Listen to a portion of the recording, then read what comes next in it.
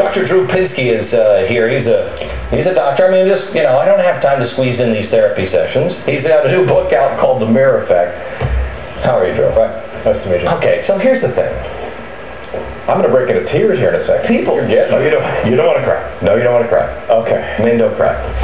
Okay, so here's the thing.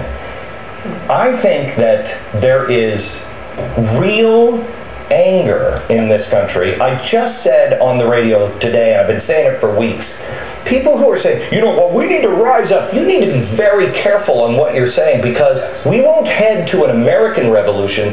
This society will be a French revolution, which was a totally different ending. Yes. True or false? It's absolutely true. We need to take a page from Edmond Burk, that things need to calm down. I strangely, in this book you referenced, The Mirror Effect, which I put out recently, I wrote it almost a year ago, and I was equating the personality trends I was seeing in this country to what I've not documented in pre-revolutionary France.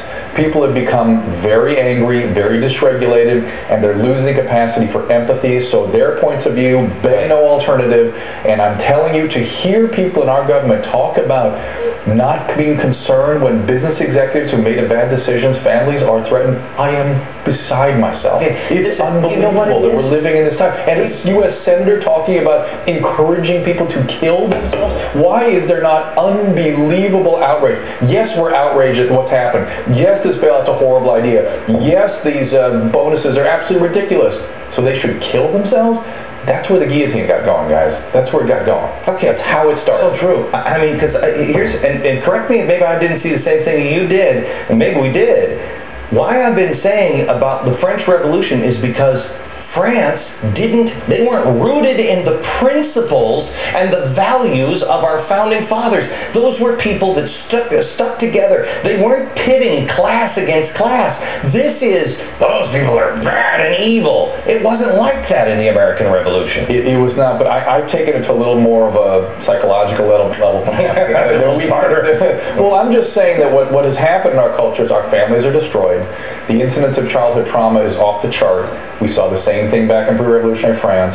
That's where this narcissistic term came from, and all of a sudden the government became the means whereby people could act out these horrible, horrible tendencies. And to see it, even if it's just something that's a shadow of possibly something ahead, our principles, American principles, need to contain that and prevail. And the things you're talking about, the Jeffersonian quotes and whatnot about sticking by those principles, really, we have to rely on those things now, and it's equality under the law. So our government should vote back their pay raises, since they screwed up so bad. But we're going in the wrong direction, because what you have to live under, if you're in the ruling elite, they don't have to live under that. That's narcissistic. That's crazy. So how do you solve it? It's got to be equality under the law. As I read the Declaration of Independence, the key phrases that keep jumping out at me is, we begged you, we asked you, please don't do this, and then you repeatedly injured us. That's the way I think a lot of Americans feel today. So how do we get it across to the people in Washington? Guys, it's a new game. The paradigm has shifted. You can't play this game anymore. You got to stop playing a game and do the right thing.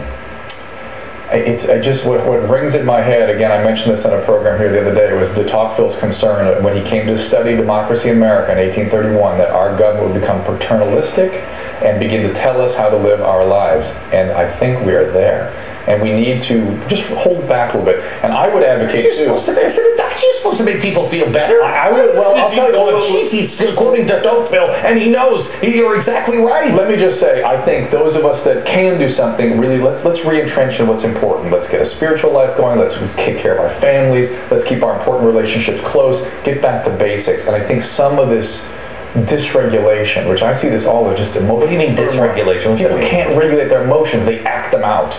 Yeah. To call for somebody else's death and not have any sort of reaction to that, that's not a good, that's not health. That's not health. So let's everybody get back to their communities, get back to service, get back to basics from my place. It's not a very tantalizing option. Oh, I agree. It's the only option. I mean, that's why we did the 9/12 project. You've got to find your way back to that person you were on 9/12.